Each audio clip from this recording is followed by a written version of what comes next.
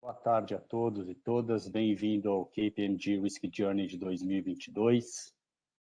Eu sou o Diogo Dias, o sócio responsável pela área de Risk Advisor Solutions na KPMG do Brasil. Vou estar aqui com vocês, como nos demais eventos, assim como meu sócio especialista no setor financeiro e líder do Financial Risk Management, Lúcio Anacleto. Hoje, especialmente, é um setor, hein, Lúcio, que eu estou achando que você vai ter bastante intervenção, hein? Mais do que nos demais aqui. Vamos passar para a agenda, pessoal, aqui. Só lembrando que nós temos o QR Code de quem não se inscreveu nos eventos ainda. Estamos no nosso 6º evento. Passando rapidamente, já falamos de governança e gerenciamento de riscos, e principalmente o material que veio do ACI com Sidney Ita e a Fernanda Alegretti, falando aqui as responsabilidades do conselho, o que tem de importante. Emerson Mello e Carolina falaram do perfil do fraudador, uma pesquisa que a KPMG fez no Brasil. Depois a gente teve o Leandro Linhares falando um pouquinho de resiliência operacional na era digital. Depois tivemos Neumara e Sebastian falando um pouquinho aqui de ESG, quais as responsabilidades de governança, riscos e compliance, como que essas áreas têm que trabalhar com esse novo tema do momento. Semana passada nós tivemos um pouquinho de as mudanças da auditoria interna que nós estamos vendo, e aí a gente teve bastante gente participando aqui, o Laje, o Sandro, a Camila Marçal e a Letícia. E hoje aqui vamos falar um pouquinho de Open Finance, os novos rumos na gestão de riscos financeiros, já apresento os nossos dois palestrantes. Amanhã, às 5h30, teremos... Vamos voltar um pouquinho, obrigado. Teremos desafios do GRC no processo de IPO, Vamos falar um pouquinho que regras existem lá no exterior, aqui, qual a relevância da área de GRC nesses temas de IPO. Simon, que trabalha muito com isso no Capital Markets, e Eliette também vão falar um pouquinho. Na outra semana, temos um pouquinho de maturidade das funções de GRC. Aqui a gente sempre tem muitas perguntas de cada um daqueles temas de maturidade, quando que eu começo, com quem que eu começo, Sempre com as particularidades que a gente tem no setor financeiro, que é muito regulado, mas na indústria em geral a gente tem muita pergunta aqui. E no dia 23, a gente vai falar de cybersecurity. A gente tem uma pesquisa nova da KPMG nos temas mais relevantes que você tem que considerar para 2022. O Leandro, nosso líder de cyber na KPMG do Brasil, e a Samara de LGPD. E, pessoal, tivemos uma mudança de data. No dia 17/2, nós teríamos riscos nos programas de inovação, que o Coutinho, nosso líder de advisor e gerenciamento de riscos na KPMG do Brasil, junto com o Oliver, vão trazer uma abordagem nova. Oliver, nosso líder de inovação no Brasil. Por um conflito de eventos, temos um outro evento da KPMG no mesmo horário. A gente alterou o evento do dia 24 para o dia... do dia 17 para o dia 24. As pessoas que já estavam registradas para o dia 17 continuam para o dia 24 e vamos mandar alguns lembretes para vocês nesses dias também da mudança. A gente pede desculpas pela mudança, mas a gente achou importante que muitos dos públicos estão nos dois eventos. A pergunta que a gente sempre tem, sim, temos já o material disponível e os vídeos nesse QR Code. Ainda não subimos o da semana passada na quinta-feira, mas até amanhã ou depois de amanhã a gente deve ter aí o de hoje, o da semana passada também. Esse QR Code ele mostra no final de novo para quem não conseguiu pegar o material. Dito isso, eu queria apresentar os nossos dois especialistas aqui. É um tópico aqui que está acontecendo, Lúcio? A gente falou, acho que ano passado a gente falou, não foi Open Finance, A gente foi um pouquinho mais específico em qual parte do setor financeiro, que a gente estava falando. A gente estava falando mais da parte bancária, que eu acho que a gente vai falar um pouquinho de setor financeiro como um todo. E nada é melhor você aqui que está com a gente já há um tempão, com o Balsi, que é o nosso sócio-diretor aqui da sua área, assim como o Africani, O Africani, especialista também na parte de TI, acho que vai trazer um pouquinho aqui o que ele está vendo neste mercado, junto com os dois especialistas, você e o Balsi. Balsi e Africani, obrigado pela presença. Está com vocês. Obrigado, Diogo. Primeiramente, agradecer a oportunidade e, novamente, o prestígio, todos aí que puderam participar. Temos um número grande de inscritos, então, um grande prazer compartilhar um pouquinho, como não poderia deixar de faltar aqui.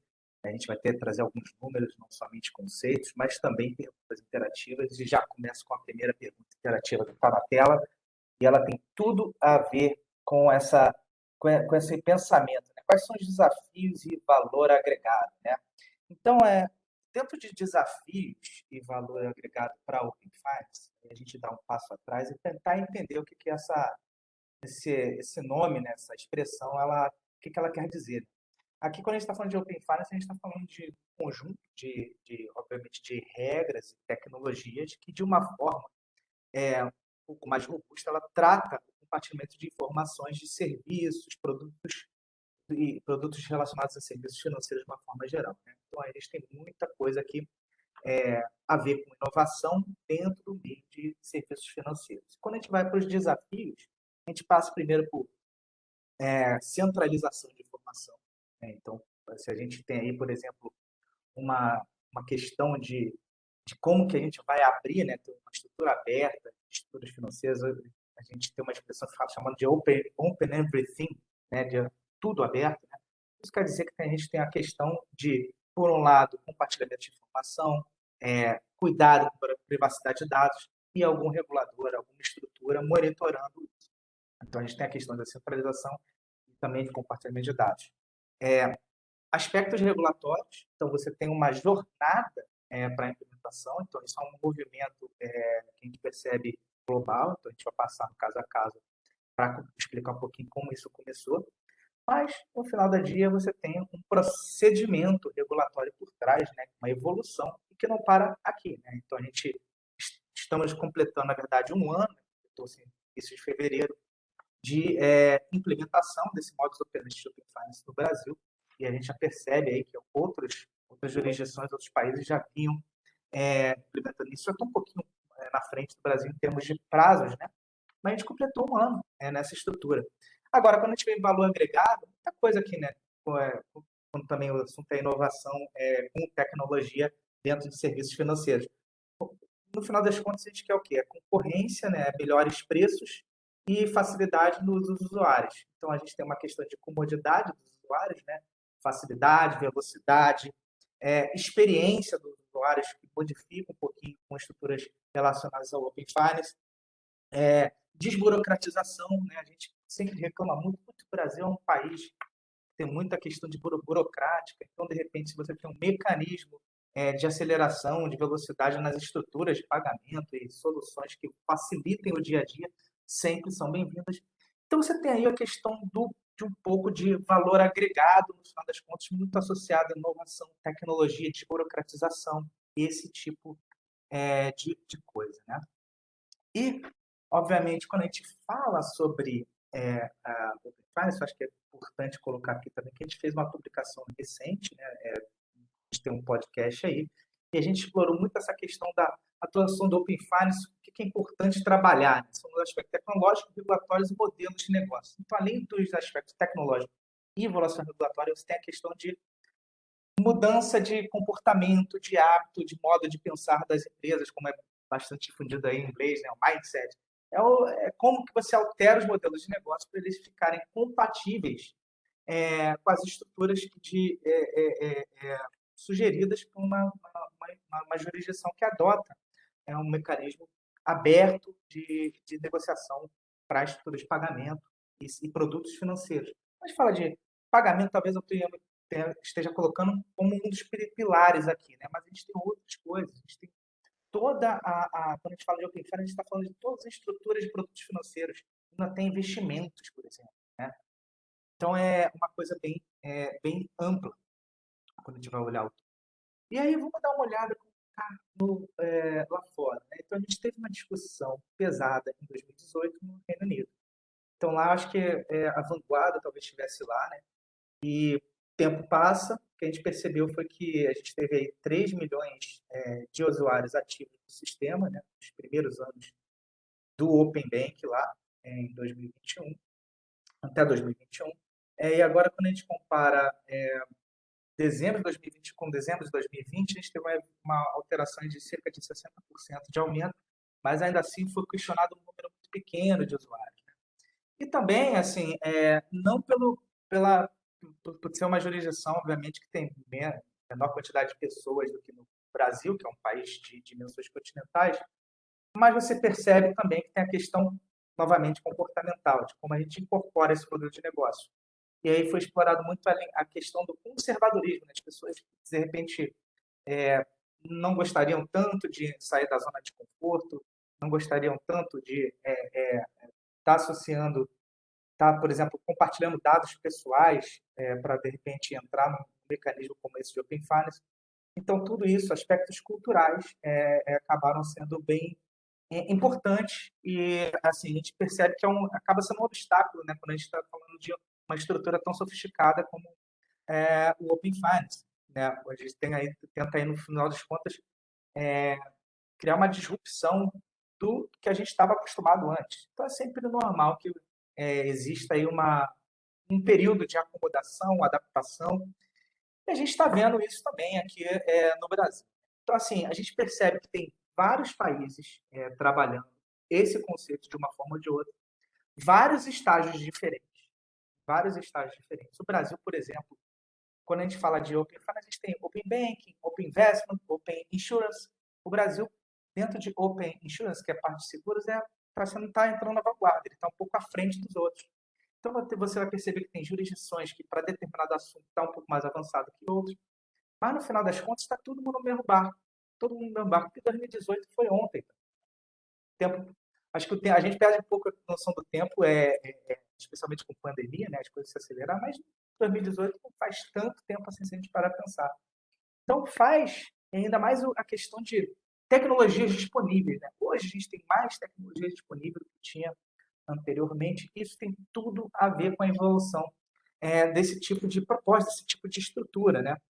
A gente está falando aqui de aproximadamente 27 milhões de pagamentos processados em 2021 no ambiente de Open Bank estruturado. Então, falando mais de Reino Unido aqui, a gente trouxe também uma pesquisa da KPMG. Né? Essa pesquisa aqui da KPMG ela é interessante, porque ela abordou 1.000 empresas, né, quanto à visão do Open Bank, então tem pequenas e médias empresas aqui também. Então, ela tentou capturar, após ali um ano de adoção, né, de uso, né, porque o início da implementação da jornada do UK, Reino Unido, foi em janeiro de 2018. Essa pesquisa foi ao final de 2018. Então, nesse momento, ela tentou perceber aspectos não só do ponto de vista operacional, como cultural numa implementação como essa. E aí, 25% dos participantes dessa pesquisa apresentaram preocupações e desconforto com compartilhamento de dados em qualquer circunstância. Simplesmente o camarada entrevistado falou assim: em qualquer circunstância eu não gosto, fico completamente aqui desconfortável e realmente preocupado com compartilhar meus dados. Você já perceba aí como é que é essa questão. 30% se apresentaram como abertos para a ideia. A pessoa um pouco mais aberta à ideia. Aí a gente foi depurar quem eram os abertos para a ideia. Setores específicos. Não são todos. Estava lá manufatura, tecnologia, telecom, serviços financeiros. Você perceba que eu acho que a estrutura que a gente vê, por exemplo, de algumas... Tirando, eu acho que talvez telecom e tecnologia, que obviamente é quase que intuitivo, né, que inovação e tecnologia tem a ver com esses setores. Né? Mas outros setores, como por exemplo do varejo, são sensibilizados com estruturas como essa, né? E aí a gente vai falar muito do conceito de finanças embarcadas, de embedded finance, né? E são sensíveis a esse tipo de comportamento. 44% não pagaria por qualquer serviço de Open Banking. Eu não tive a resposta qual era o percentual que não queria nem de graça, né? Mas tem um número de 44% que não pagaria por qualquer serviço de Open Banking por N razões, por questões de centralização, por exemplo. Ele não quer ficar na mão central de alguma coisa. Ele gosta, por exemplo, de explorar DeFi, finanças descentralizadas, e ele percebe que existe uma contradição entre finanças descentralizadas e o mecanismo de centralização. Então, começaram a existir esses tipos de discussões lá em 2018. 25% trocariam de serviços financeiros relacionados a pagamento em função de preço, velocidade e facilidade. O cara falou assim: você vai resolver meu problema com preço? Ah, vai trazer maior competitividade? Então vai reduzir preço? Ao invés de eu ter que ir lá ficar correndo em tudo quanto é banco para tentar negociar, de repente, um empréstimo, alguma coisa, um produto financeiro, os bancos que vão correr atrás de mim, porque eles vão ter uma inteligência e capturar a informação dos usuários e vão ofertar. Isso tende, em tese, a fazer um ajuste de redução de preços, né? E a velocidade que o camarada pode também tomar decisão no momento que ele está que ele está fazendo esse benchmark de possibilidades. Então, aqui 25% lá já falaram assim, opa, aqui eu já vi alguma vantagem, eu acho que eu consigo trabalhar um pouquinho melhor com esse insight. 42% não trocariam de serviços financeiros relacionados a pagamentos em qualquer situação. Tenho minha instituição bancária, minha instituição financeira, ela é tradicional, existe há mais de 100 anos. Eu simplesmente não quero, fico desconfortável, simplesmente, culturalmente, não me adapto a fazer dessa forma. 42% se posicionam dessa forma. Né? E aí a gente começa a perceber o seguinte, o que a gente tem aqui também no Brasil? Né? No Brasil é um país muito grande. Né? Se você for, de repente, São Paulo, Rio de Janeiro, tal, grandes cidades movimentadas que usam bastante já tecnologia, o simples cartão, estão acostumados com compra online, por exemplo. Isso é uma parte das classes sociais, não são todas. Brasil afora você tem área rural, pessoas que usam dinheiro via física, né, em grande extensão. Então, isso tudo deve ser considerado quando a gente tenta interpretar a reação de cada jurisdição. E aqui esse comportamento de 42 não trocariam de serviços financeiros é porque tem essa questão das instituições clássicas que já existem há, sei lá, 200, 300, 400 anos e ele realmente não preferia não abrir mão de qualquer novidade nesse sentido. 42% da população analisada foram consideradas como conservadores, né? Então, esse foi o nome aqui, tinha um ranking de conservadores, moderados e os abertos a novas ideias. E 72% desse grupo estaria disposto em participar do Open Bank. Então, grande parte do conservador realmente não abre mão de nada. É muito dentro daquele grupo dos 25% que a gente tinha discutido anteriormente. Então, você percebe aí, né, como é que é sensível essa questão, porque envolve muito a questão de como que vai ser o comportamento da minha empresa em termos de modelos de negócio e como vai ser também a minha aceitação, meu mindset, né? Expressão que as pessoas gostam de usar, mas é a minha forma de pensar quanto a essa evolução do mundo. Né? Então, entra um pouco disso. Outra coisa muito interessante é a gente observar o que está acontecendo no Brasil na linha do tempo. Né? Então, se por um lado a gente começou um processo lá em janeiro de 2018, lá no Reino Unido, aqui a gente começou, de fato, 1º de fevereiro de 2021. Então, completou um ano agora, pouco. O processo. O processo se deu o seguinte: primeiro, as instituições vão começar a disponibilizar informações. Né? Então, elas vão lá com suas capacidades, com as suas estruturas, nem todas são obrigadas. Quem entrou ali no final do dia, que puxou o debate, foram os grandes bancos, né? Obviamente. Eles têm um volume, a volumetria grande para discutir, e também tem a questão regulatória. De acordo com essa linha do tempo do Banco Central, também tivemos aí a fase 2, então fase A, fase 1 e fase 2, foi dados cadastrais compartilhados por serviços tradicionais. Tradicional de, por exemplo, empréstimo. Né? Então não estendeu nem para câmbio, nem para investimento, nem para nada disso. Não, ficou ali, pelo menos, olhando ali um pouco as operações voltadas para crédito. Outubro de 2021, fase 3, que a gente teve? O PIX. Então, daí vem a questão do seguinte, olha, muita gente hoje está utilizando já o Pix. O Pix já, desde o momento que foi idealizado até agora, a gente já tem mais de 100 milhões de usuários. Né? Então, a gente tem ali realmente o Pix teve uma aceitação relativamente grande por um período de tempo analisado. A gente já está falando de mais de 60% das pessoas físicas com contas em banco. Então, estou restringindo aqui com análise de quem tem conta em banco para ficar um pouco mais preciso, mas a gente tem um pouco mais de 60%, que é quase 120, aproximadamente 120 milhões de habitantes, de pessoas, né? Pessoas com essas contas ativas.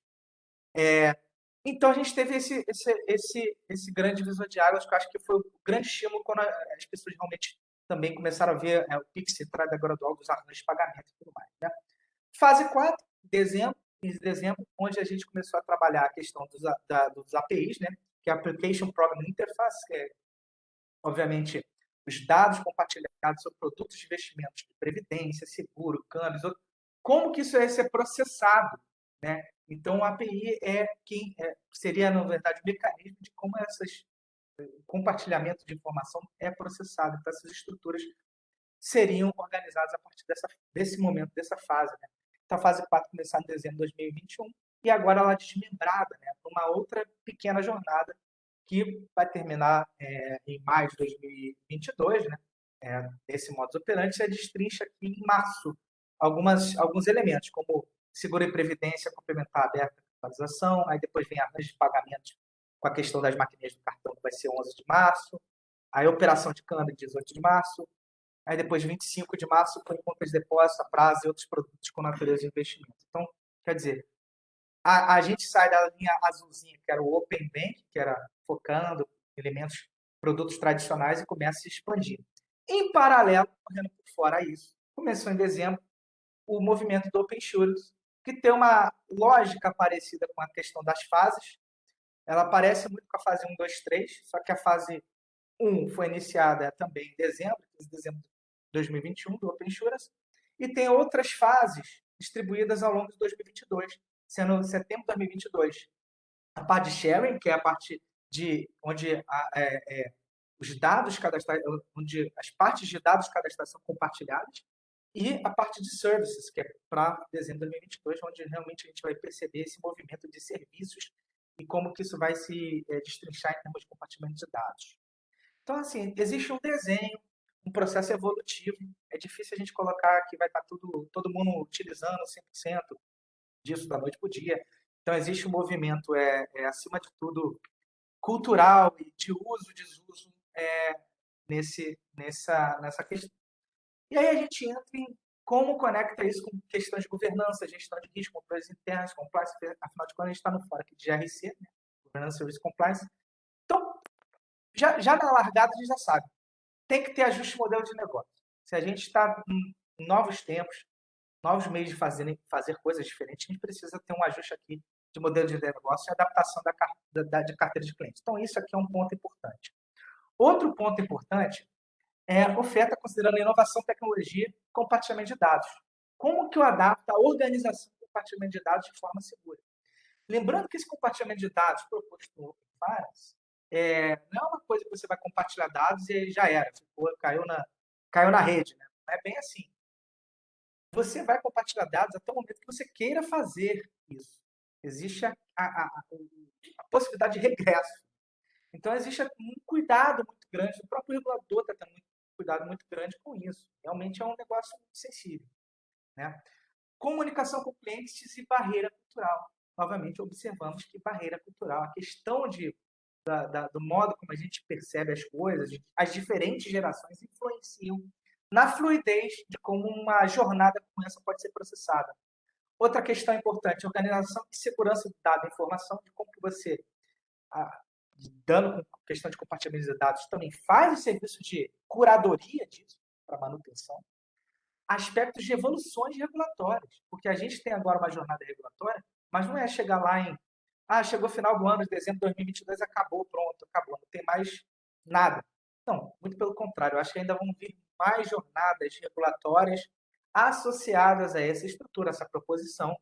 A gente tem aí diversas discussões relacionadas, inclusive, a emissões de moedas digitais por Banco Central. Isso não é o Brasil que está discutindo de forma isolada, várias jurisdições importantes. E monitoramento dos riscos financeiros. Quando a gente cai em risco financeiro, a gente cai nessa tríade de mercado, crédito e liquidez. Né? E aí a gente tem a grande coexistência entre instituições financeiras e instituições não financeiras trabalhando também. Porque quando a gente fala de finanças embarcadas, embedded finance, a gente está falando de um potencial de 7 trilhões de dólares em 10 anos, de acordo com a fonte mencionada, que é puxado pelas instituições não financeiras. Né? Então, a possibilidade de você pedir uma comida no aplicativo, ou pedir um transporte, entre outras soluções. Compras no metaverso. Né? Você vai entrar lá, tá com seu óculos lá, não sei o quê, fazer uma reunião online e ter um shopping online onde você possa acessar as coisas. Isso tudo pode estar relacionado de uma forma um pouco mais macro. Né? E aí o grande risco que a gente acaba explorando dos financeiros acaba caindo muito na questão do risco de crédito sempre. Né? Contraparte, não pagamento, alguma coisa associada, por exemplo, à idoneidade das informações compartilhadas que possam te dar algum agravamento no potencial de não pagamento, de default, de inadimplência. Então, isso é um cuidado que tem sido realmente debatido com um certo carinho.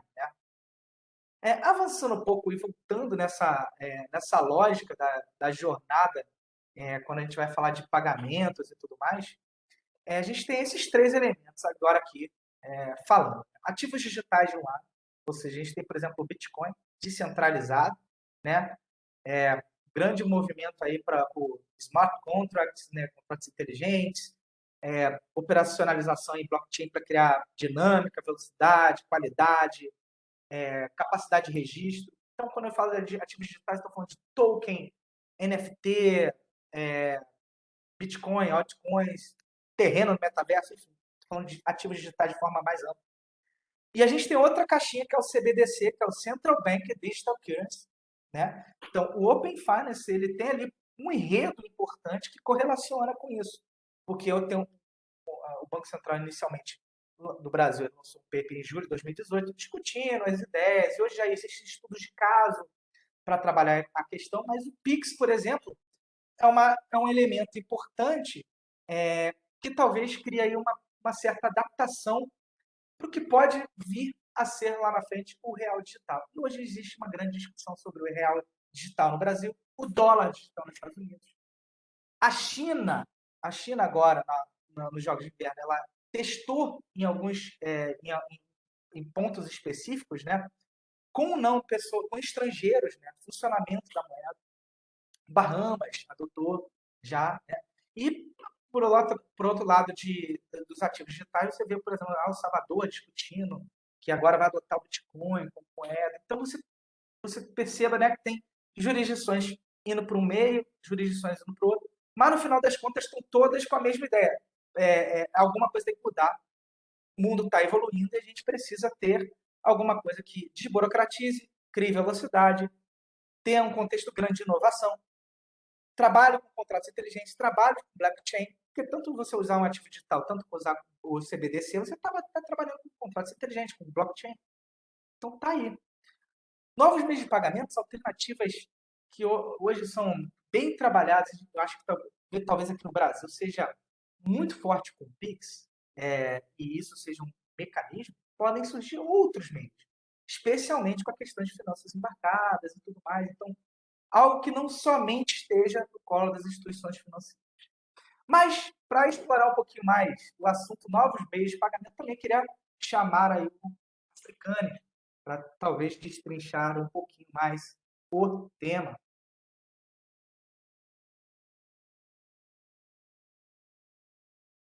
Obrigado, viu, Balsi? Obrigado, ótima apresentação. Né? Só me apresentando, então, né? Meu nome é Rodrigo Africani, todo mundo acaba chamando de Africani aqui, eu sou um dos sócios diretores também dentro de FRM. Tá? Agradeço aí, Diogo, Lúcio, pelo evento, pela oportunidade. E a ideia é exatamente a gente poder aqui, né, explorar um pouquinho mais a parte de meios de pagamento, tá? Em termos tanto de termos de tecnologia, em termos de processo, né? Eu acho que o Balsa explorou bastante essa parte, né, do Open Finance, em termos de riscos financeiros, é que a ideia é uma perna que a gente entende que é super importante aqui por todo esse processo, né? Eu até peguei esse slide aí, agradeço ao Balsa aí pelo slide, né? Eu gosto de começar aqui só para a gente se situar, né? Então, a gente está falando muito aqui do Open Finance, né? Mas a ideia é que a gente, né, se a gente começar do maior aqui, a gente vai ali, né, desde o Open Economy, que a ideia é o quê? Você ter não só os dados financeiros, os dados de insurance, né, os dados de investimento, que nem o Balso falou, mas que nem ele mesmo tocou no assunto, né, a gente poder também incluir aqui junto, né, outros tipos de dados que você tenha, seja de telecom, de serviços, né, a gente está falando de jogos aqui, estamos falando de metaverso, então a ideia é você ter realmente uma experiência, né, no final para o consumidor muito importante aqui para como ele se beneficia de tudo isso, né? Porque no final tudo está sendo criado é para quê? Para o próprio consumidor poder explorar melhor, né? As empresas criarem novos serviços, novos processos para a gente poder fazer, né? Quando a gente entra aqui no Open Finance, então, né? A gente entra aqui, a gente acaba tendo um universo aqui que aqui já é bastante grande, né? que a gente está falando de insurance, dados abertos e tudo mais, até que a gente vai aqui no Open Banking, e é onde que eu queria explorar um pouquinho aqui, pensando em meios de pagamento, tá? Que surge algumas características aqui, né? O Balso acabou falando aqui, né, de APIs, né? Que seriam as APIs aqui, né? Quando a gente fala principalmente de meios de pagamento, né, qual que é o grande movimento que a gente vê, né? Seja no próprio mercado em si, nas próprias empresas que participam, né? Aqui a gente está falando de credenciadoras, aqui a gente está falando, né, de empresas de tecnologia, né, os próprios bancos, que eles querem o quê? Criar suas grandes plataformas de tecnologia, né? Eles querem ter suas plataformas para poderem se usufruir de todos esses processos, para dar uma melhor realmente experiência para o cliente, e aí é onde que as APIs entram, né? Como você faz com que uma plataforma, né, da sua empresa ou do seu meio de pagamento, né, seja você do meio de pagamento ou não, você consiga trazer as informações do consumidor, né, que está ali, por exemplo, em outra instituição financeira e assim por diante. Tá? Além desse ponto, um ponto que também surge aqui quando a gente fala do Open Banking, que nem o Baus colocou bem ali na linha do tempo, é o próprio, por exemplo, iniciador de pagamento, que ele colocou aqui com a entrada do Pix como iniciador de pagamento também, né? Então, ali, qual que é a grande ideia aqui, né? Aqui as empresas, né? Então, imagina que você ter o seu próprio app ali, né? Que você utiliza no seu dia a dia, sua rede social, seu app aqui, vamos falar assim, de mensageria, e você, através diretamente desse aplicativo, poder executar um pagamento, uma vez que você já fez o cadastro ali naquela sua rede social, naquele seu app, daquela sua instituição de financeira que você está acostumado, né, a fazer os pagamentos e tudo mais, e a partir de lá você realmente conseguir fazer o start, né? Então imagina que ali você está ali, faz o start diretamente para poder efetuar o pagamento. Então olha a possibilidade que a gente está pensando aqui e olha como que cria, né, todo esse processo, né?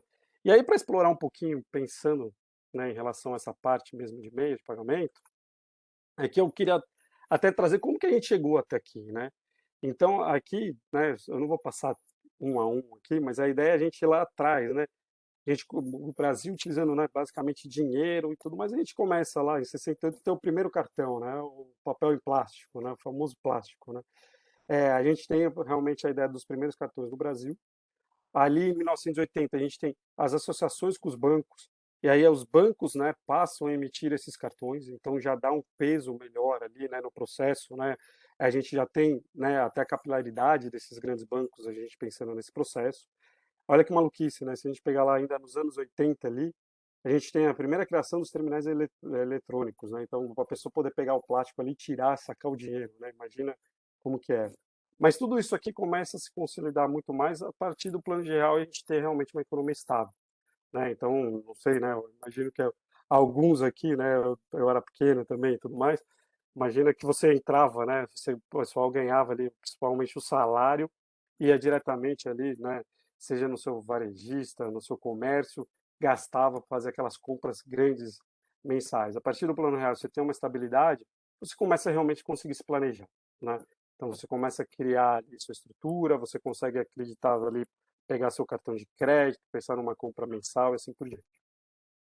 Em 96, né, surge aqui as primeiras adquirentes, né? E aí é interessante, né, que até então, imagina, né, a gente está falando muito de dinheiro, aí de repente os grandes varejistas, né, conseguindo fazer, não sei se vocês lembram ainda, você tinha que pegar o cartão, colocar ali, passar aquele carbono em cima, né?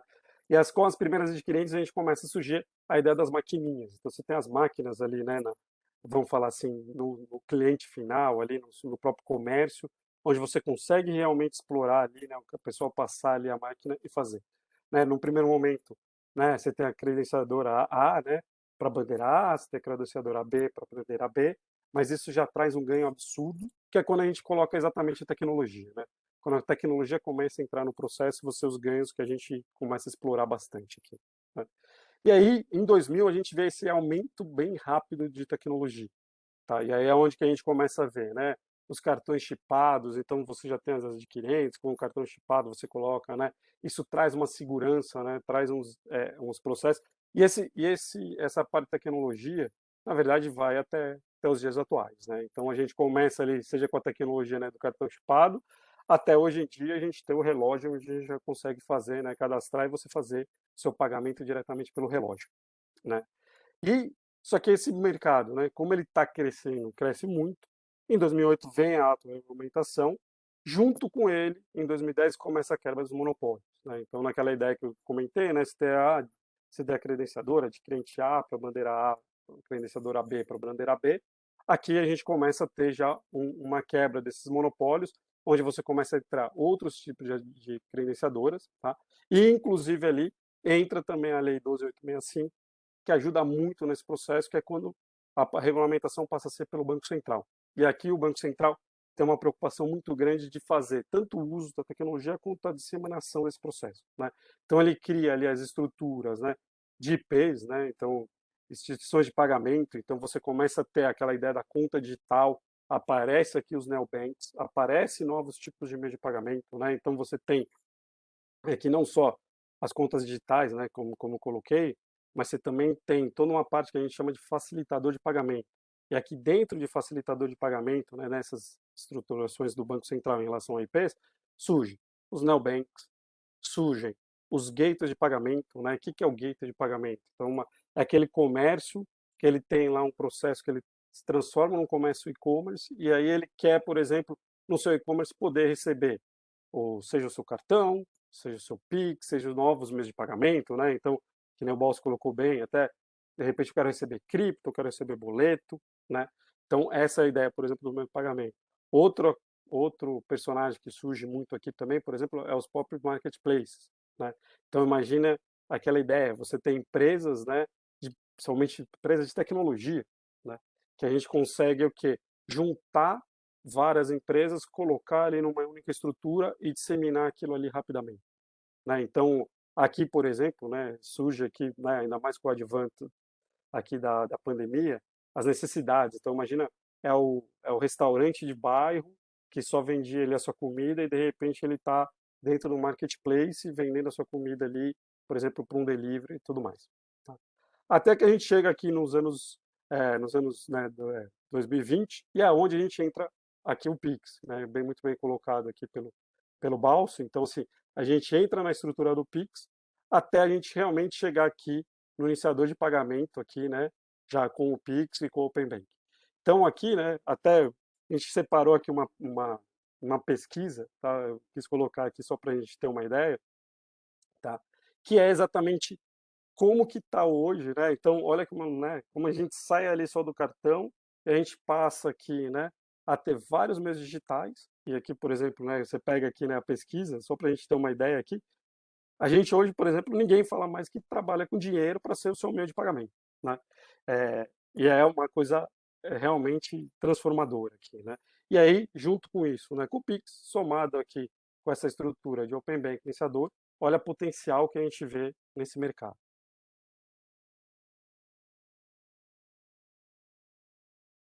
Vou passar aqui. Né? E qual que é o impacto de todos esses novos meios de pagamento, né? Então, que nem até a própria pesquisa colocou, né? Você pega aqui já é uma boa porcentagem, você já usa o Pix no dia a dia, mas o Pix, só para vocês terem uma ideia, já representa 30%, né, do total de transações bancárias no país que a gente está planejando aqui para esse ano, né? Então, no ano passado, em dezembro, por exemplo, a gente chegou a uma marca de 1,5 bilhão de Pix realizados, tá? Então, olha como a tecnologia é muito rápida, né? Esses novos meios de pagamento entram, eles são muito rápidos disseminados por causa de ganhos, obviamente, que a gente está colocando.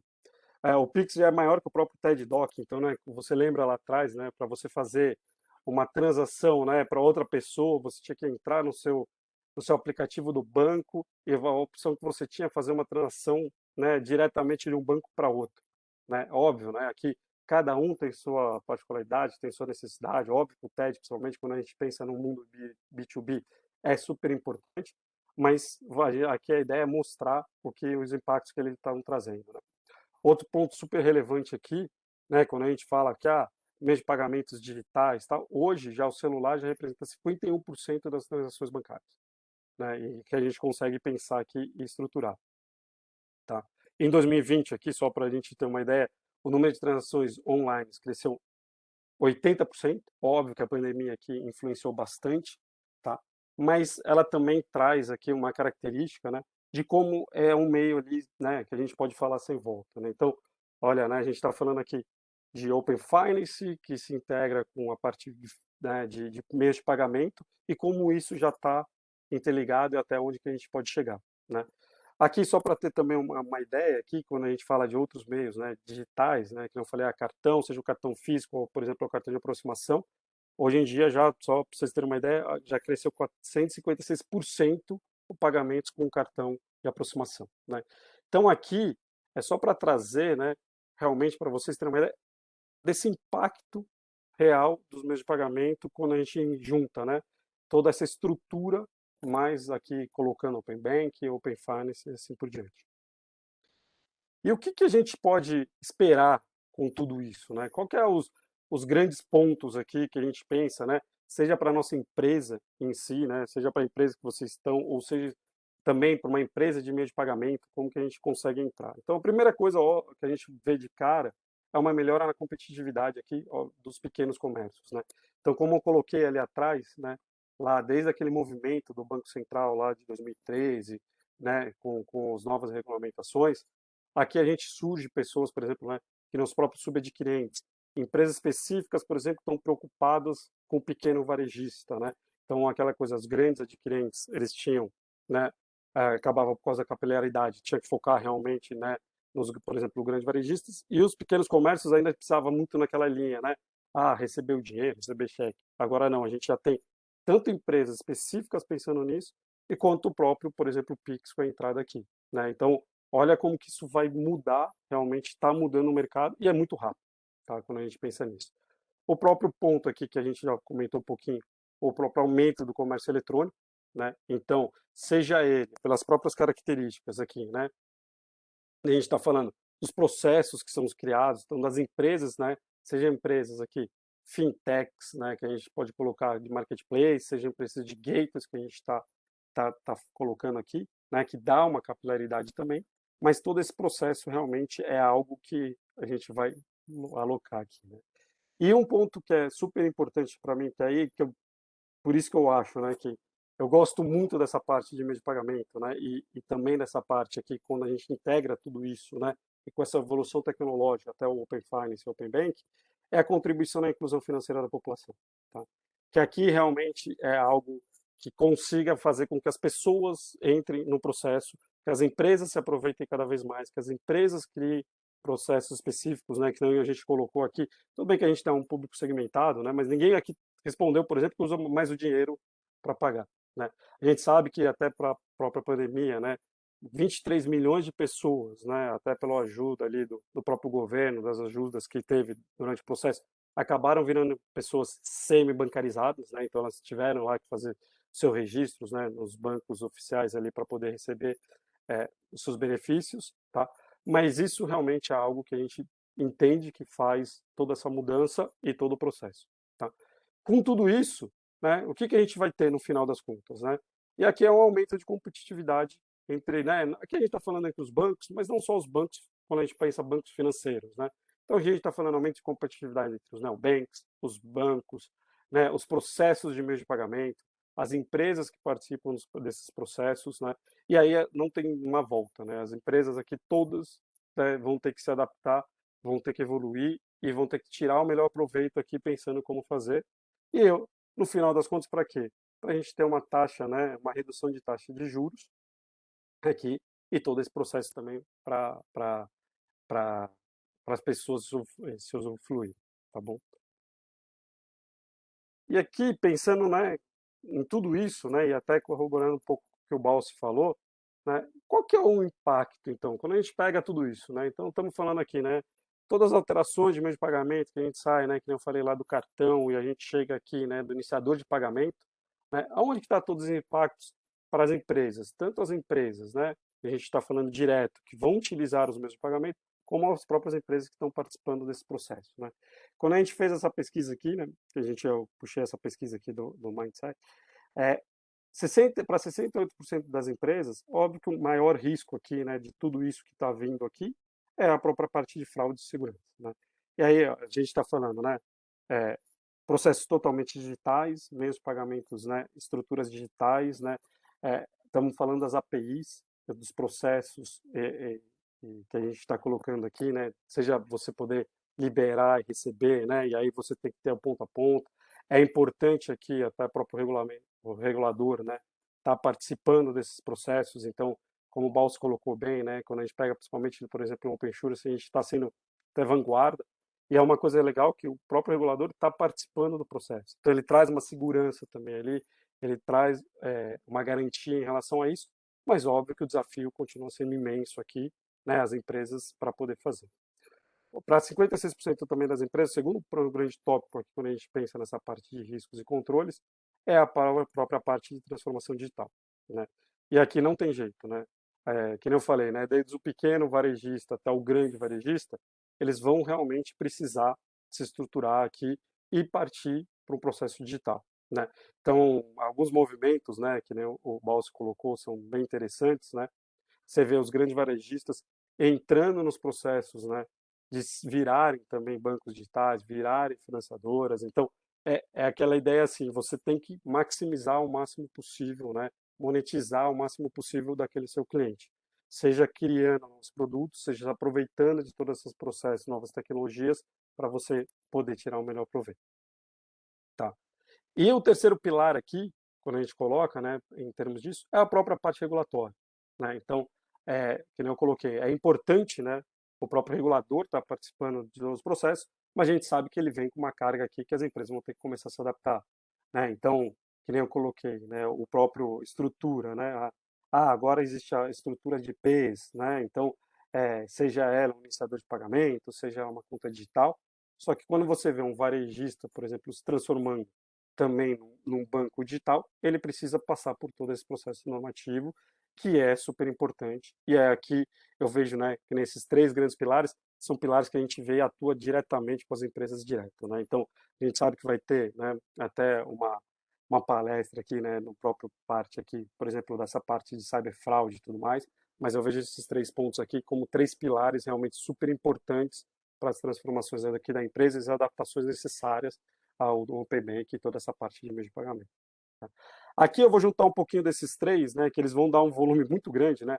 Então, pensando aqui tantos desafios, né, e até aqui processo para as empresas, quando a gente pensa aqui tanto em fintechs, quanto neobanks, quanto big techs, né, a ideia aqui é realmente como que você, né, vai se adaptar a esse processo, né? Então, quando a gente pensa em fintechs aqui, óbvio, né, são empresas menores que elas conseguem entrar em gaps específicos, né, das estruturas. Quando a gente pensa em neobanks aqui, né, então são esses grandes bancos, né, que estão criando grandes, né, porque já tem exemplos aqui de bancos que já se tornaram gigantes nesse processo, tá? Para poder competir e estar entrando todo nesse hall aqui, até as próprias big techs, né? Então, e aqui eu acho que tem um outro ponto que é importante, né, quando a gente junta esses três, é a própria estrutura do regulador. Então a gente sabe que aqui tem um movimento muito grande aqui, né, de tendências, de repente, né, que eu coloquei das plataformas de tecnologia, de repente serem centralizadas e ficar na mão aí de 2, 3, 5 grandes players do mercado. Então aqui a gente vê que tanto os desafios para as empresas, né, pensando tanto na parte de concorrentes, é também pensando aqui no regulador. Tá? E por último aqui que eu queria explorar, que também é super importante aqui, né, e é bem relevante, né, e é a parte também de Customer Experience. Tá? E aqui é onde que eu vejo, né, que tudo que a gente falou, né, no final, para que está tendo todos os movimentos, é realmente mudar a experiência do cliente, mudar a experiência do consumidor, mudar a experiência de como as empresas veem esses clientes, né? E aqui é super importante a gente pensar, né? Aqui a gente está falando, poxa, como que é meu processo aqui, seja de NPS, né, com o cliente, como que ele está me vendo aqui, né? Como que eu estou me relacionando com ele, até processos do tipo, qual que é a possibilidade de um churn desse cliente, né? Então, aquele ponto que o Balso colocou bem, né?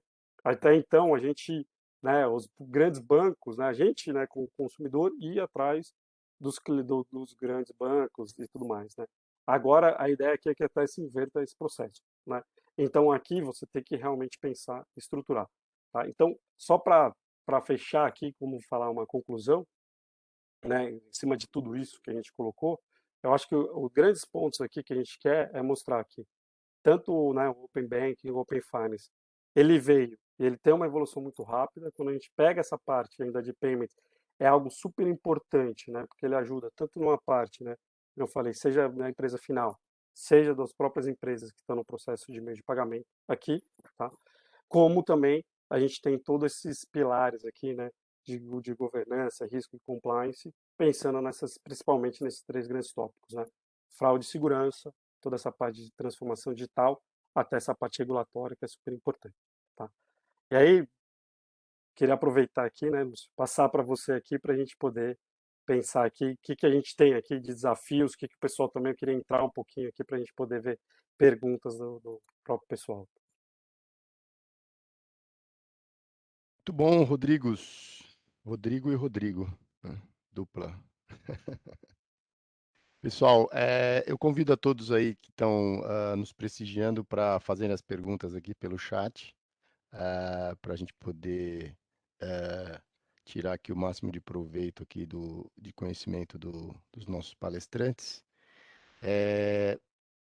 Bom, é um tema que eu também tenho as minhas opiniões aqui, talvez eu vou mais querer ouvir um pouco de vocês. Deixa eu começar aqui então. Eu não sei se vocês perceberam lá, bom, perceberam obviamente, mas 95, acho que quase 100, né? Foram mais de 95% da nossa primeira sondagem lá,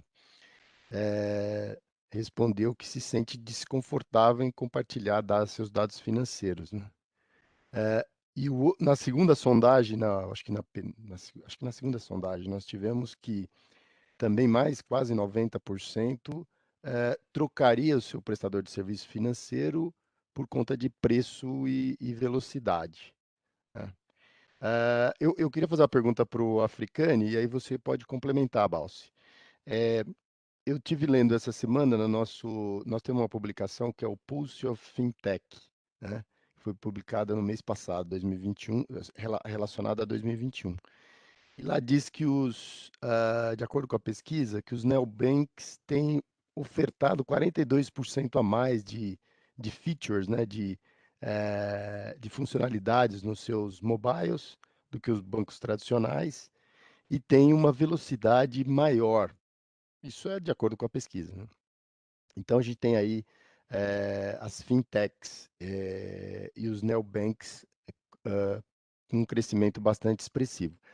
Eu não sei se é exatamente por onde, mas eu queria ouvir, Africane, como é que a gente motiva os usuários a aderirem ao Open Finance pensando em novos processos de meios de pagamento? É, é, é segurança, é cultural, é regulatório, é novos produtos e serviços? Como é que a gente pode ter um aumento expressivo num tempo médio, né? Porque eu vi ali também que o Balso colocou que Reino Unido demorou 4 anos, né? Aproximadamente 4 anos, e a gente ainda não tem uma base de que o último ano teve um aumento expressivo, né? Como você mencionou, mas a base ainda é pequena, né? Como é que a gente faz para motivar a adesão ao Open Finance? Bom, eu vejo aqui, Lúcio, primeiro agradeço, é ótima pergunta. Eu vejo muito em relação à experiência do cliente, tá?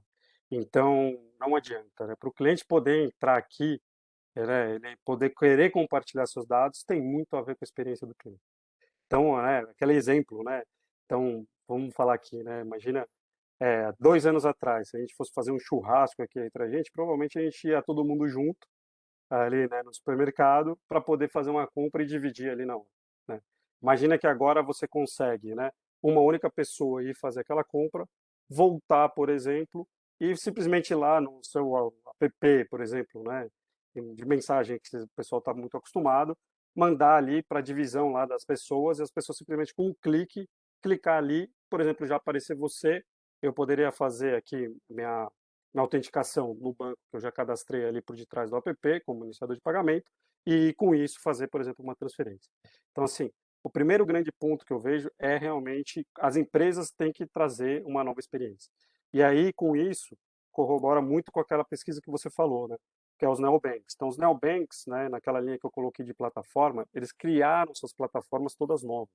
Então, eles não têm aquele processo, um legado gigantesco, quando ele precisa portar e tudo mais. Então, eles conseguem, sim, criar plataformas onde eles têm agilidade na criação, né, de novos produtos e agilidade de colocar esses produtos e go-to-market, tá? Explorando tudo isso que a gente está colocando aqui, né? Explorando esses novos meios de pagamento, explorando Open Finance, explorando as APIs, né? A gente sabe que ainda tem muito a evoluir, né?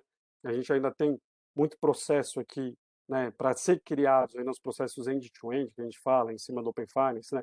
A cara pegar de uma ponta até chegar no outro valor, mas é algo que realmente a gente vê assim crescendo e sem muita volta, né? Então é algo que a gente entende, né? Eu mesmo que se fosse me colocar, poxa, por que eu estaria compartilhando meu dado? É tendo uma experiência em algum produto novo, alguma coisa nesse sentido. Legal. Quer complementar, Balsi?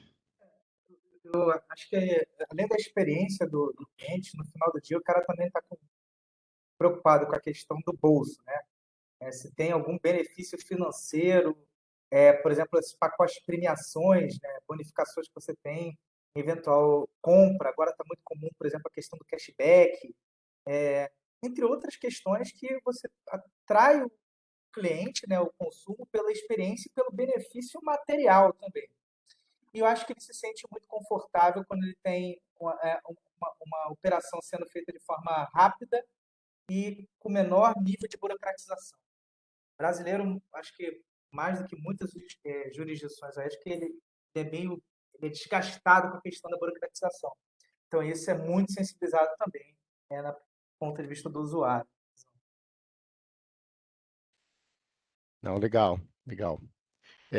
E tem um outro ponto também que me chamou bastante a atenção, e aí agora mais para você, Balsi, que quando você colocou lá os slides da CDBC, né, dos ativos digitais, e o que esperar, né? E você deu alguns exemplos aí. CDBC, ele vai na linha da centralização, né, que é o que os reguladores estão buscando. E o cripto vai na descentralização, né? Uma economia mais aberta. E aí você citou alguns países que têm adotado, né? Eu não sei como que está a experiência, mas qual que deveria ser assim, qual o melhor caminho? A descentralização, ela via criptomoeda, ou a centralização via moeda digital dos bancos centrais? Essa pergunta é a pergunta de $1 milhão, ou 1 milhão de bitcoins, 1 milhão de tudo, né? Mas, assim, primeiro que eu acho que é interessante a gente perceber que ativos digitais é um negócio extremamente amplo. Dentro de ativos digitais, nós temos figuras como, por exemplo, o próprio Bitcoin, que realmente é puramente centralizado, não pertence a instituição nenhuma. Tem alguém, um grupo de pessoas que formulou um paper e é o que é. A gente não tem nenhuma instituição, nenhum país levando alguma, vamos dizer assim, administração real sobre aquilo, né? Então, ele é puramente descentralizado por essência, mas existem outras criptos, outras altcoins, que são até centralizadas, são emitidas por empresas, gestão, tem um processo centralizado, mal ou bem, de formação de modus operandi. Então, depende. Aí você vai perceber que existem estruturas descentralizadas, centralizadas no modelo administrativo, porém descentralizadas no modelo que tem de fazer, por exemplo, originação da moeda, que é a mineração ou staking, sei lá, seja o que for. Então, depende muito, né? Agora, você comparando a mentalidade centralizada com a descentralizada, realmente existe uma questão muito grande pela independência, né? Pela questão de você o desconforto que você tem de ter alguém monitorando 100% da sua vida. Isso realmente é um problema. Por outro lado, você tem um risco grande, como a gente experimentou, a questão de evasão de divisas, lavagem de dinheiro, quando você tem muita questão que aumente aí a possibilidade de não monitoramento, a criatividade humana ela é enorme para o bem e para o mal. Então, isso acaba se tornando um inconveniente.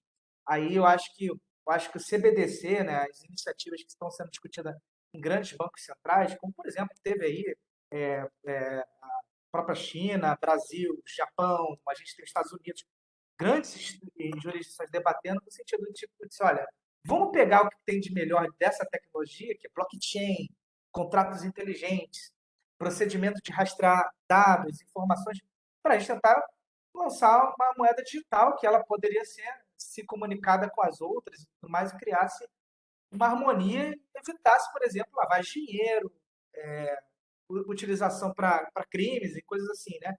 E, assim, se você olhar a origem das moedas digitais, né, os primórdios delas, estava muito associado no início a questões de crimes, né, prostituição online, tudo de coisa que é ruim, entendeu? Então, assim, existe ainda essa questão, essa preocupação. Então, por isso que é difícil você falar qual é o melhor. Putz, não tem o melhor, tem um depende. Né?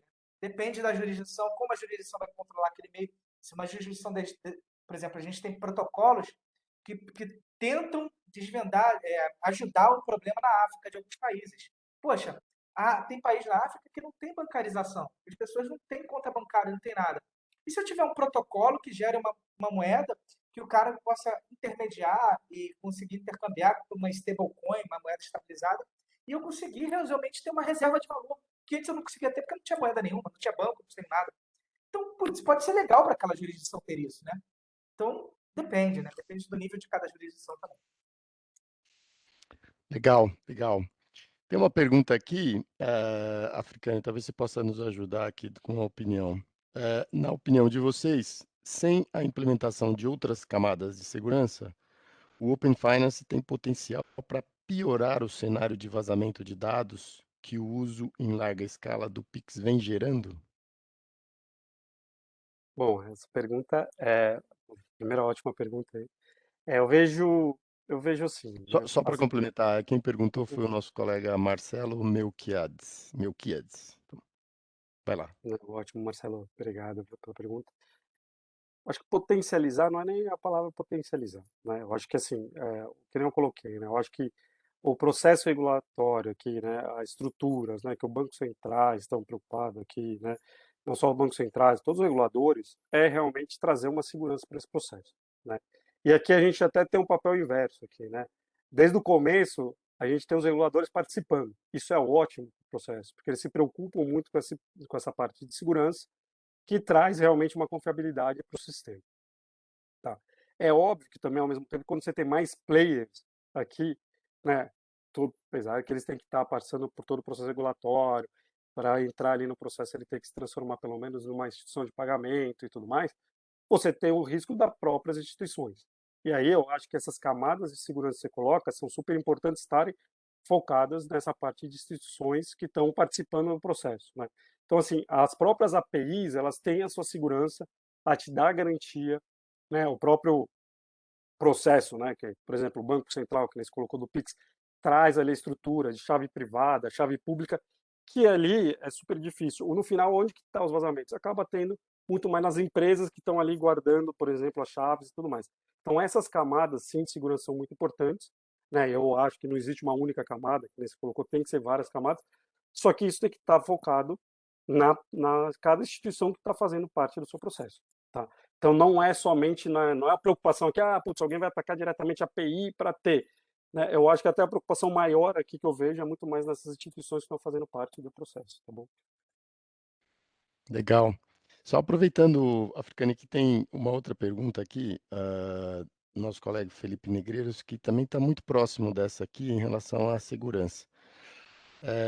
Olhando para os aspectos de LGPD na experiência do Open Finance, podemos considerar o mercado seguro? Essa é a pergunta, né? A primeira pergunta. E o quanto o custo de desenvolvimento de APIs pode pesar no aumento de disseminação do serviço?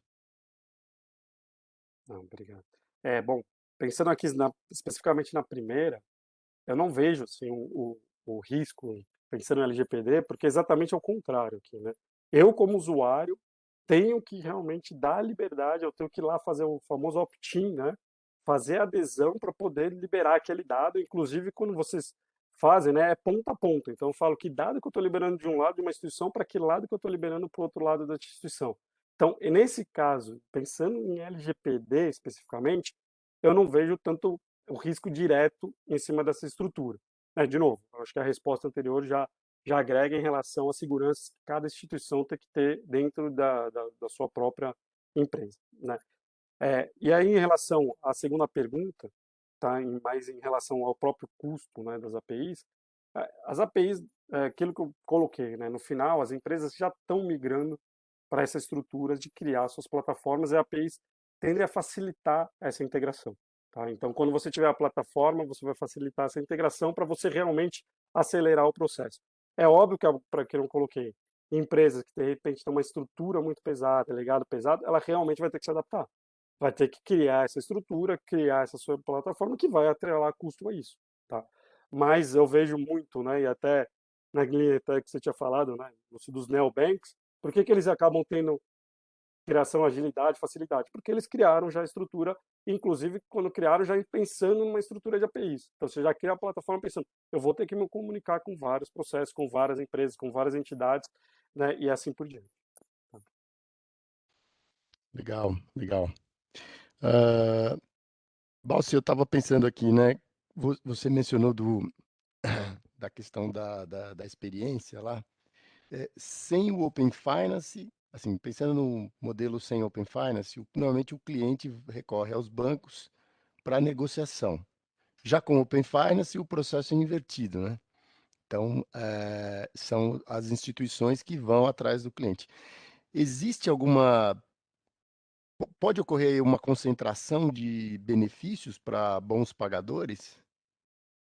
Então, isso daí eu acho que é um tópico importante, porque hoje a gente tem aí aproximadamente, a última vez que eu olhei, estavam em 180 instituições financeiras, acho que é um pouco mais de 40% das instituições financeiras que desde janeiro, desde fevereiro até agora, entraram para, de uma forma ou de outra, interagir com o cliente Open Finance. E aí você percebe, né? Até então, o camarada ia lá para tentar negociar no caso a caso, e aí a instituição ia perceber qual era o histórico de pagamento dele. Se ele é um cara que está em nome sujo, se tem inadimplência e tudo mais. Aí eu, aí eu te coloco a outra pergunta. A pergunta para outra pergunta. Imagina esse camarada disponibilizando os dados dele. Eu vou agora disponibilizar para um aplicativo onde tudo quanto é instituição vai ver realmente que eu tenho nome sujo, que eu tenho problema de inadimplência e tudo mais. Então vai ter uma. Acaba que pode criar ali uma certa apartheid, né, do ponto de vista de quem se beneficia. Vai ter um grupo se beneficiando muito, que é o bom pagador, tudo mais, o cara que pega grandes contas eventualmente, né? E quando a gente fala de Open Finance, a gente não está falando só de crédito, está falando de investimento, por exemplo, também. Então, produtos de investimento, né, linhas de oportunidade de investimento, as instituições vão ofertar cada vez mais para esse grupo de clientes em função do outro. Então, tem uma questão social que começa a tomar peso, né? Será que isso não cria aí uma apartheid social ao ponto que eu vou ainda estancar ainda mais o cenário atual que nós temos, especialmente falando num país como o Brasil, que não é Reino Unido? O Reino Unido talvez isso não aconteça, entendeu? Mas no Brasil o buraco é um pouco mais embaixo. Então, realmente, existe esse tipo de preocupação para que isso não ocorra. Legal. Eu estava, outro slide que vocês mostraram a linha do tempo, o Africane mostrou lá a evolução dos meios de pagamento, né? E claramente teve aí uma participação bastante positiva, né, do nosso regulador em relação a meios de pagamento, né? Eh, Existe ainda mais, como é que você vê, Africane, tem mais colaboração por parte do regulador aí no que está por vir? Não, eu entendo que sim, né? Então é importante, né? Que nem eu coloquei, né? Eu acho que o regulador ele faz um papel fundamental aqui em dois aspectos, né? Primeiro, em poder, né, fazer com que o próprio processo ele acabe não centralizando, né? Então em dois, três, então ele tem essa preocupação de riscos do próprio processo, evitar, né? Que de repente duas grandes empresas, três grandes empresas centralize tudo isso e passa a ser, né? Então nessa ideia que eu falei de plataforma, imagina você ter duas, três big techs, que ele tem grandes plataformas e todo mundo tem que entrar ali se quiser participar do meio, né? Então ele tem esse papel de realmente dar oportunidades, né, para fintechs, para neobanks e tudo isso, tá? E isso que você colocou realmente parece, né, a gente fala 2013, mas é novo, né? Então todos esses processos aqui são um processo muito novo. Então você vê realmente, né, regulamentações saindo a cada, sei lá, né, recentemente, 3 meses, né, 2 meses atrás saiu novas regulamentações, saiu que nem o iniciador de pagamento. Então é óbvio que o próprio processo aqui, o Banco Central, ele tem sim interesse de cada vez mais, né, ajudar no processo. E aqui não é só regulamentar com o intuito, né, de travar, muito pelo contrário. Regulamentar com o intuito de evitar riscos de centralização e, inclusive, abrir o mercado para novos processos. Então, né, lá atrás, quando ele, 2013, ele criou a ideia da conta digital, dali em cima você coloca, né, os neobanks surgindo e todas essas estruturas sendo criadas, tá? Então, eu vejo até muito com os bons olhos, tá? Até esse movimento que está acontecendo no Brasil, né? Seja, estou falando aqui no Open Bank, mas para o Open Insurance é a mesma coisa, né? Você vê a participação ali do SUSEP, eu vejo super importante para estruturar todo esse processo aqui, né? Legal, legal. Diogo, você levantou a mão aí? Não, eu vi sem querer. Foi sem querer, minha internet tá ruim, mas acho que a mão ela não tá levantando ainda não, cara. É. Não, legal. É, o- Bom, deixa eu ver aqui mais perguntas. Aqui tem muita pergunta de segurança, né? Que a gente vai ter um evento específico de LGPD na próxima semana, né? Então vou tentar deixar as perguntas mais relacionadas à LGPD para o nosso próximo evento. Ah, E ano bom, passado a gente fez com o pessoal de segurança também, né? Foi? verdade, Depois é a gente verdade. conseguiu responder, pessoal, tudo ao mesmo tempo. Desse ano a gente decidiu separar. Legal, legal. Bom, Balsi, para o que a gente está vendo na Europa, dos movimentos que tá acontecendo, eu diria, eu falo Europa, mas fora do Brasil, né? Eh, Você diria que como é que a gente está em termos de tempo aqui? Nós estamos realmente com um escopo muito maior, com um tempo, um prazo muito pequeno, ou o que está sendo adotado está dentro de uma expectativa de boas práticas internacionais? Porque muito se discute se a gente está muito acelerado com o nosso processo de Open Finance aqui, né? Dado que a gente tem um ambiente regulatório, acho que bem, como eu posso dizer, bem restrito, não, é um ambiente bem regulado, né? Estamos dentro de um prazo factível ou a gente pode acelerar ainda mais? Então, perceba, né? A gente tem o Brasil aí muito colocado como por ter um gap tecnológico quando comparado com, obviamente, países do primeiro mundo. Esse grupo de países começaram a debater lá em 2018, puxado aí talvez mais pelo Reino Unido.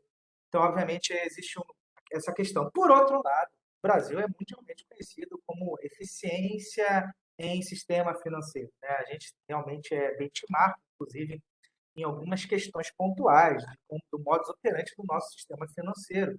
Isso é uma coisa também conhecida no mundo todo. Outra coisa também é a organização do ponto de vista regulatório, né? A gente tem um Banco Central, quando a gente está falando da parte de Open Bank, propriamente falando, ou talvez até falando um pouquinho de Open Insurance, que pega ali a Suzé, mas a gente tem um ambiente, como você colocou, organizado, né, de uma forma geral, e que é um ambiente que gera aí uma esteira para gerar fluidez em qualquer processo como esse. Por mais que a gente tenha aí um país de dimensões continentais, grandes divergências entre do sul até o topo do norte em termos de condições sociais, ambientes de operação, etc. Mas, de forma bem prática, a gente está com uma velocidade ampla se você comparar com os 3 primeiros anos da Inglaterra. Com 3 primeiros anos se passaram, né, 2018, olhando para frente, e eles só tinham 3 milhões. A gente está com um ano agora, completou o aniversário, se você pega os usuários de Pix, são 60% das pessoas que possuem contas em instituições financeiras. Então, você percebe que a gente tem alguns elementos que realmente acelerou, talvez por perfil, talvez por questões culturais. O brasileiro ele encaixa muito bem desde redes sociais, né, até outras utilizações com aplicativos. Né, a gente encaixa muito bem com isso. Então, tem uma questão cultural por trás, talvez, mas realmente teve acelerações aqui que talvez até tenham espantado quem estava subestimando pelo fator tecnológico do país. Então, isso realmente rolou. E por trás disso, em paralelo, na verdade, verdade, você tem a questão do Open Insurance, onde a gente já está com um pouco mais, como assim, numa posição de vanguarda comparado com outros. Então você já tem aí um pouco um processo que não é simplesmente acelerado, você está na vanguarda e pode eventualmente servir de exemplo, dependendo da tentativa e erro que a gente tiver, né? Da jornada até dezembro de 2022, muita coisa para acontecer, mas realmente a gente tem esse posicionamento, né? Então, assim, produtos, estrutura, ambiente local, tem os gaps tecnológicos, por exemplo, outras coisas favoráveis, e aí é esse nosso status. Legal. Tem uma pergunta aqui do nosso amigo Carlos Camas. Obrigado, Carlos, pela pergunta. E acho que talvez, Balso, você possa ajudar aqui. Ele pergunta se vocês acham que vai aumentar a volatilidade ou de transações de portabilidade de créditos e afetar a gestão, o gerenciamento de ALM. Ah, excelente pergunta. É, Teve um slide em particular que eu coloquei lá, risco de mercado, crédito e liquidez, né? E eu acho que essa pergunta ela vai muito em encontro com essa mensagem, né? A primeira preocupação que a gente teve de forma geral foi quando a gente olha a carteira de crédito, né? Gestão de caixa, ALM e tudo mais, vem em cascata disso, né? E aí eu acho que quando você fala do ponto de vista das instituições financeiras até, que aqui na hora que a gente estava discutindo, a gente colocou ora ponto de vista instituição financeira, ora ponto de vista instituições não financeiras. Mas, de forma geral, realmente você tem uma acessibilidade, vai precisar ter um cuidado, uma curadoria dessas exposições de operações de crédito, porém facilitadas pelo filtro que você já vai ter no longo prazo. Se todo mundo tivesse, por exemplo, né, por hipótese, adotando o Open Finance de uma forma plena, você ter uma inteligência e monitoramento de risco, né? Ela é quase que processada de forma automática, se você parar para pensar. E aí você, de forma bem prática, conseguir identificar as concentrações que você teria na sua carteira de ativos associados a grandes inadimplências, grandes vulnerabilidades, talvez por questões não só setoriais, mas talvez por regiões geográficas, isso ficaria mais fácil de avaliar no ponto de vista das instituições financeiras. Então, quer dizer, o momento que a gente está é um momento de início. Vai ter um momento do meio do caminho, onde você vai ter uma loteria lá no meio do caminho, né, do ponto de vista de gerenciamento de risco, você vai ter os dois ambientes decolando de forma paralela. E se todos aderirem, se tiver decolando puramente 100%, pode ser que você tenha um ganho na eficiência de gestão de risco de crédito. Olha que doido. Então, você ganha um potencial de automatizar o monitoramento do que é feito na hora de liberar umas transações. Por mais que você tenha a questão do aumento das competições das instituições. É natural. legal, legal. Deixa eu outra pergunta aqui daquela questão lá que nós colocamos de sondagem em relação ao meio de utilização para pagamento, né? O Robson de Carvalho pergunta aqui, Africane, com toda essa velocidade na evolução digital em relação aos meios de pagamento, para onde vai o pagamento em cash físico? Vejo que países mais evoluídos que o Brasil ainda não conseguiram eliminar esse meio tradicional e que muita gente confia muito mais. Eu, eu não sou daqueles adeptos a falar que, porque apareceu, né, um novo meio de pagamento, então todo mundo vai migrar e vai acabar com o anterior, né? Só para vocês terem uma ideia, até hoje ainda a gente tem cheque no Brasil. Tá, a proporção é super pequena, mas ainda tem comércios, pequenos comércios, que estão ali passando um cheque, recebendo um cheque. Tá? Então, você fala, vamos acabar com o papel moeda, né? Que ele traz uma confiança, né? Tem pessoas ali que realmente têm a confiança, né? Se pegar o papel, você vê, ele é seu, né? Não é um plástico, não é uma cripto, que aquela ideia, né? Tá lá, né? Imagina explicando, né? Para pessoas até um pouco mais velhas, assim, putz, isso aqui tá numa rede, tá no blockchain, que você tem confiabilidade e tal. Então, às vezes é difícil, a pessoa que realmente tem essa confiabilidade de você pegar o papel moeda, tá? Mas, né, pela pesquisa mesmo que a gente fez aqui, né, você viu que aqui ninguém respondeu, óbvio, a gente está num público seleto aqui, né, vamos falar assim, segmentado, né, não estamos aqui, não pode pegar o que está aqui, pensar no Brasil como um todo, né, vamos falar assim, não dá para a gente querer ver que todo mundo que aqui tem internet e tal, a gente está falando a mesma coisa com uma pessoa ali do meu sertão, no Nordeste, que nem o próprio Balso colocou, né, mas ninguém respondeu mais que usar dinheiro aqui, tá? Então, mas eu vejo nesse sentido, tá? Eu vejo assim, realmente os meios, né, somente esses meios de pagamento digitais vão acelerar muito adaptações. O que o Balso colocou faz todo sentido, né? Brasileiro adora celular, né? Então, por isso que a gente 51% das transações já são pelo celular. Então, é fácil adaptações, ainda mais nesse tipo de processo. Mas eu não sou daqueles que acham que também isso vai acabar, né? O papel moeda vai acabar. Muito pelo contrário, ele ainda traz a confiabilidade ali para o pessoal de segurar ali, realmente reter ali, ter, né? Esse dinheiro é o meu, tá aqui na minha carteira, eu consigo ter ali, né? Legal, legal. Tem uma pergunta aqui do Fábio Coniberti. Essa pergunta é difícil, hein? E aí, se vocês quiserem comentar, todas essas tecnologias não vão aumentar ainda mais as diferenças entre classes sociais? Então acho que essa pergunta eu posso comentar porque é interessante porque eu tenho analisado, tentado estudar bastante essa conexão que ela vai contra variáveis ESG de riscos financeiros também, né? Que é aspectos sociais. Então isso é um brainstorm que a gente já estava até fazendo, porque realmente você tem a questão de, como a gente falou, né, de selecionar a partir do momento que as instituições financeiras que correm atrás do cliente, para e pensa, elas vão correr atrás do cliente que possam dar garantias, né? Que seja possível ela realmente trabalhar a melhor condições da carteira dela, da saúde da carteira dela. Por outro lado, você pode ver o seguinte, olha, eu tenho um cara que é mal pagador, eu posso realmente caprichar na taxa para ele, né?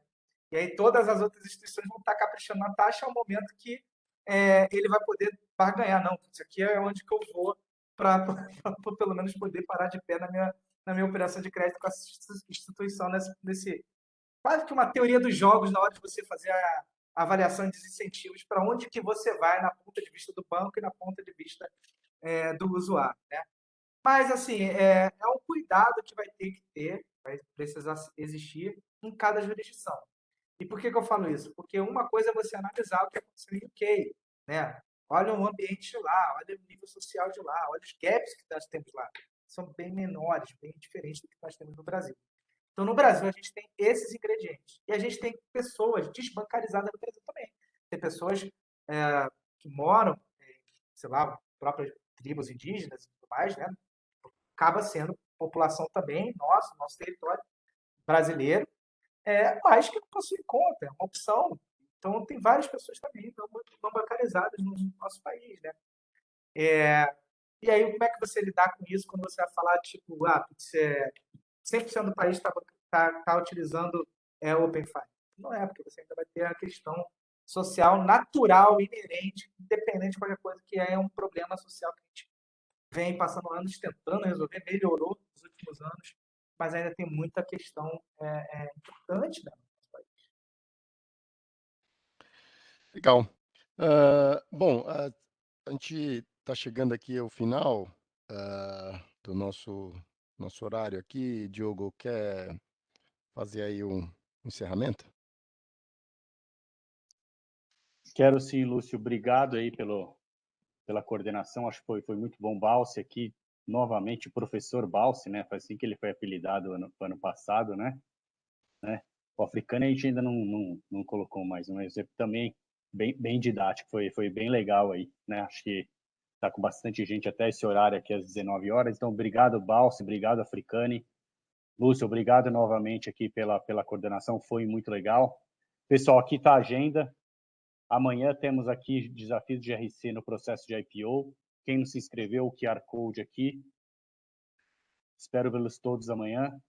E eu acho que a gente vai deixar aqui também, no próximo slide, temos aqui os webcasts passados e as apresentações. Acabei de ser informado que já temos a apresentação da semana passada de quinta-feira. Então, aqui o acesso para vocês do material. Muito obrigado pela presença. Espero vê-los todos amanhã. Boa noite. Tchau, tchau. Tchau, boa noite. Obrigado.